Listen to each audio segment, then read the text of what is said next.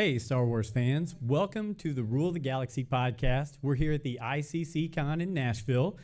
So happy to be here. It's Joe in the pilot seat. Remember, you can always follow us at Rule of the Galaxy SW on Twitter, Rule of the Galaxy pretty much everywhere else. But enough of me. We've got our special co-hosts who are always with us. We got Nick, we've got Alfie, we've got Brent, and we're just going to start into this thing. Guys, we're at a con together for the first time. What's been the biggest thing that you've been a part of or seen or liked at this con so far? Meeting Timothy Zahn was the big one for me. Okay. Yeah, that was really cool. I got to sit on a speeder bike yesterday, which was like a bucket list check of, I didn't know it was on my bucket list, but then I sat on one and I was like, this was on my bucket list. We got a new bucket list after today. Understood. You didn't have any other interaction with Timothy Zahn, did you? You know what? I was going to the bathroom yesterday, and which is a terrible way to start a sentence normally. I was going to the bathroom, and all of a sudden I noticed a gentleman that was going next to me, and I didn't want to look because I didn't want to be awkward. And so instead, I waited and I turned, I went and I washed my hands. And I was like, holy, that's freaking Timothy Zahn just peeing next to me over there. Cool. I hope he can hear us from his booth out here. And he's like, I'm never coming back in the podcast room ever again. That's a memory that will never go away. Brent, how about you? Seriously, it's just meeting the different people. And I also love seeing the cosplayers, the attention to detail that the people put in and how they get their get-ups. There's an Ahsoka Tano that she'd put a year's worth of work into the outfit, but then it takes her about 4 hours to get dressed. Yeah. She told us yesterday. So just the love to be able to do that, the love of the character, as well as the recognition that they get from the people when they walk around. Another one that floored me today, I didn't see him yesterday, but there are Jawas that are walking around. Oh, yeah, they're great. And they have a voice box or they have a music box. So I walked past one that looked like an adult, so it's like a guy my size. I was like, oh, you're a little big for a Jawa. And then out of the Jawa was the, I was like, that's awesome. Yeah, so it was cool. And then the Utini at the end, and you got to do the Utini. So basically, we're all enjoying being 12-year-olds together, just out and about in Star Wars, right? I mean, I think, isn't that what this whole thing is about? Like Star Wars and a toy collecting convention? It is. Okay. It is. And I haven't spent that much. I don't know if you guys have spent a lot of money. I know you probably have spent more than the rest of us. Just a little bit, and maybe some more today. Yeah, you got maybe a lot today. Okay. So we had a couple topics we're going to try to squeeze in during our time frame. The first one, and this is near and dear to Nick Shesky's heart, the love story and the total just dumping on Attack of the Clones that people do. Because Attack of the Clones, I mean, that's what true love is, Nick, right? I mean, I've been quoted on here many a time saying that, you talked about being a 12-year-old and running around here. 12-year-old Nick defined love around Anakin and Padme's relationship. You can call it wooden dialogue, but I was sitting there just going like, from the moment I met you, all those years ago, like I hung on that. I think it's awesome. And to this day, I'll go toe-to-toe with anybody that wants to say, well, that's a bad movie or wooden dialogue, whatever. I see your hand, and I knew it, and I'm ready for you. So if that is what true love is, what did you do because you're married when you got 2 kids, what did you do to emulate or to try to recreate that within your courtship of your wife? Did you do anything like that? Stayed away from sand because it gets everywhere. Stayed away from sand. You mean aside from like gazing longingly and just like weirdly touching arms like that? I'm kind of weird, right? Yeah. that was the first date, right? Just You mean aside from that? Yeah.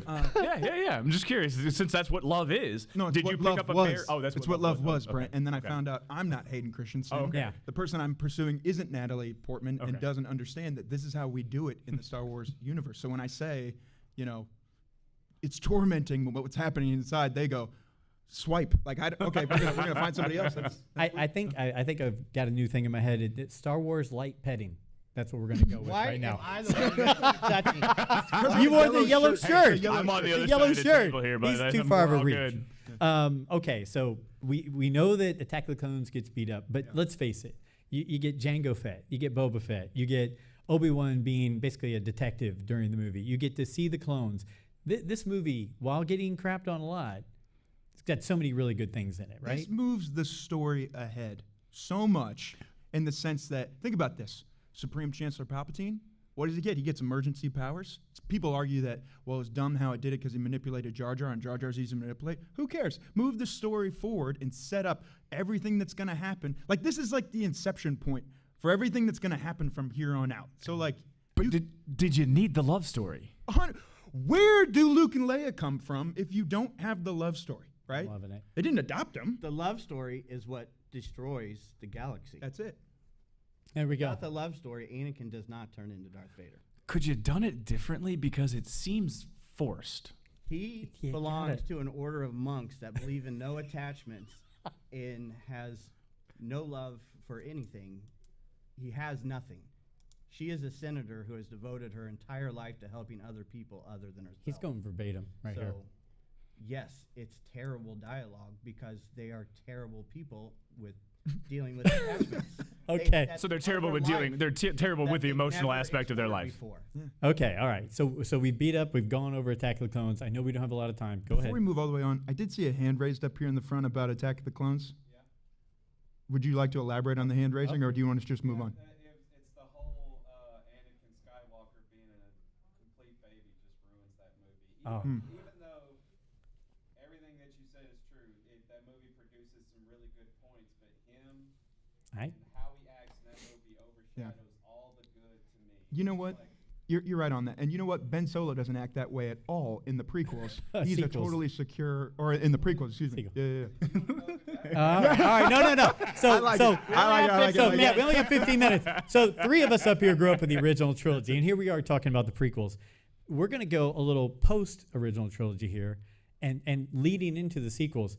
Is there any way, guys, that seeing that crushed Luke in The Last Jedi, that we're going to see a reemergence anytime in that 30-year time frame of Miss Mara Jade and having his heart broken that makes him that crumpled up old man?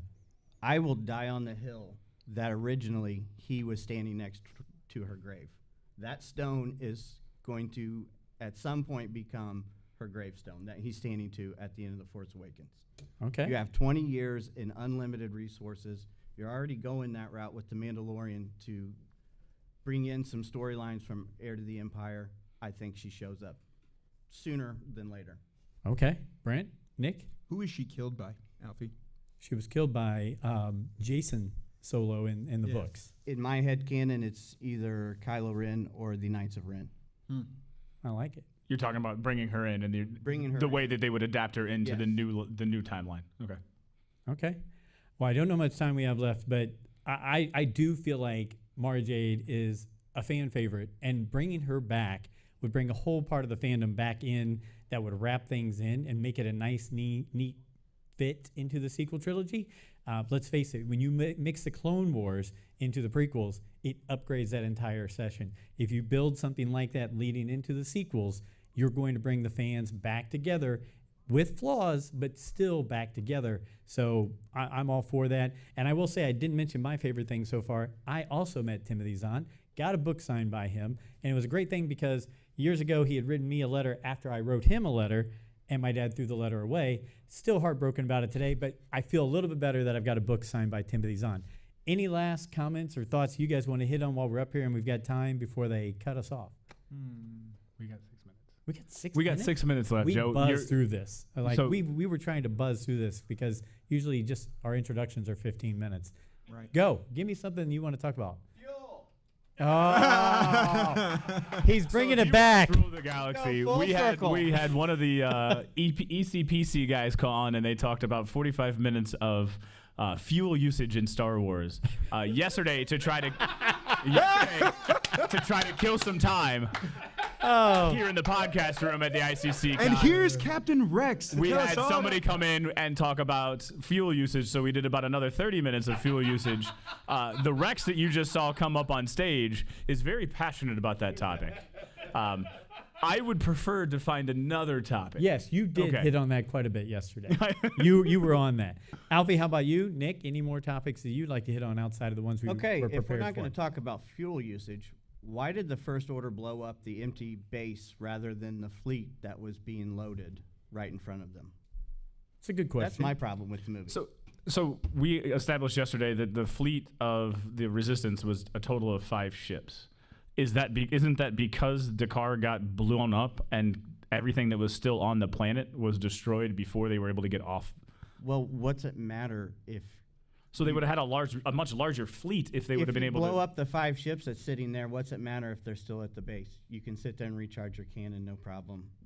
Sounds like a plot device to move move the movie forward and Sounds create like- some close calls. Yeah, really bad military strategy. Never said that it wasn't great. I mean, it's General Hux's call, right? Why don't they charge the cannon before they get there? This is a military that's never been really good at planning. See, this is leading into my whole problem with the sequels was what was the First Order and what were they trying to do? They were the embodiment of the Empire. Yeah, they were the second coming of the Empire. Light. And I get that. Whoever created this wanted you to realize that this was the Empire #2 and that we would just go along with where it was at. Did they take a time to set it up and address it? No. Okay. We're going down these rabbit holes, but let's face it. Two of the best parts of the entire movie were when we had a dry cleaning press come down and intimidate everyone in the theater, and then also that we had BB-8 in a trash can. Those are standout parts of the movie, right? Wouldn't you agree that those stand up there with anything else? Yeah. Yeah. I mean, so that's my favorite parts anyway. Yeah. Can I ask a question about that? Since we were talking about Mara Jade, however you say Yeah. it earlier, I'm curious too, like with the time frame that we have and looking at, we talked about Jason Solo, who kills her. We talked about all these different things that happen in Legends. You think we ever see a reoccurrence of the Yuzong Vong, or do you think that's like thrown away forever? Let's not talk about that ever again. So you're going to have to help me out here. I've heard you, I'm going to speak up for anybody who's in the audience and or in our listening audience. You're bringing up something that comes from the books. And as people that listen to our podcast know, I'm not a member of the dark side. I call the people that are really into the books the dark siders. And I'm slowly getting converted to be a dark sider. Right? You guys have slowly pulled me and stretched me to the dark side.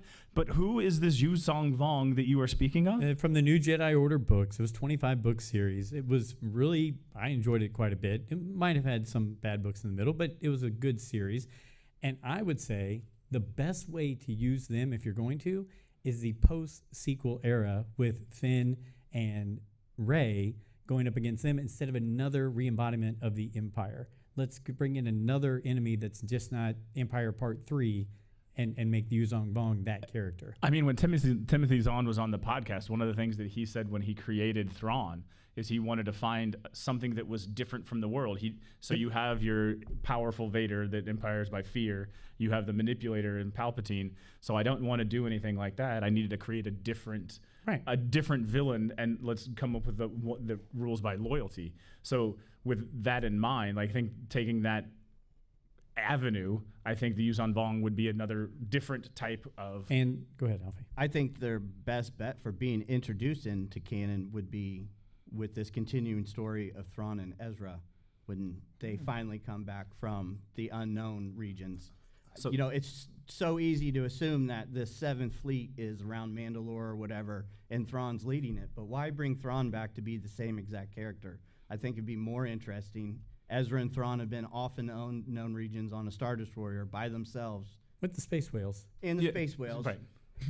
The space whales took them. So when they finally do get found, I think the twist will be that they're actually allies back to try to 100% bring agree. this Mandalorian, Avengers super team together to combat the threat that's coming. And it makes it a great thing to where Thrawn comes back with Ezra and people are like, whoa, he's the bad guy. And Ezra's like, no, we're working together now, right? So, so real quick, we've got a few minutes left. Does anybody subscribe to the Rule of the Galaxy podcast? Look at this. All right. Brent, you get to pick one of those lucky people. We'll throw them a hat and a shirt with the Rule of the Galaxy logo on it. So raise your hands again. Who's subscribed? Okay. We've got subscribers here.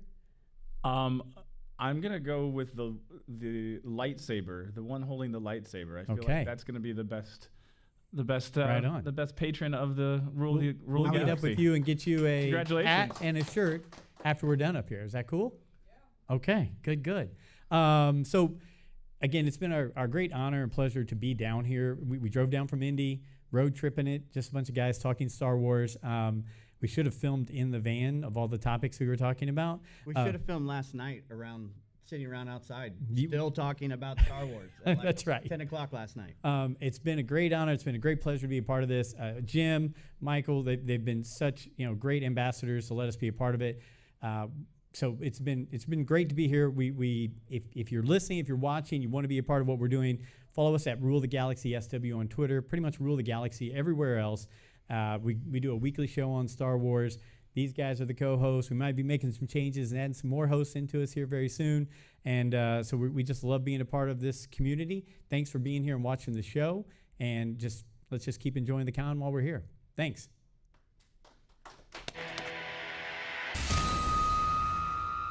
This summer, saddle up in Smashville as the Music City hosts the hottest party of the summer, WWE SummerSlam Nashville. For the first time ever at Nissan Stadium, a little bit country, a little bit rock and roll, a whole lot of kick-ass. WWE SummerSlam, Saturday, July 30th. Tickets on sale now.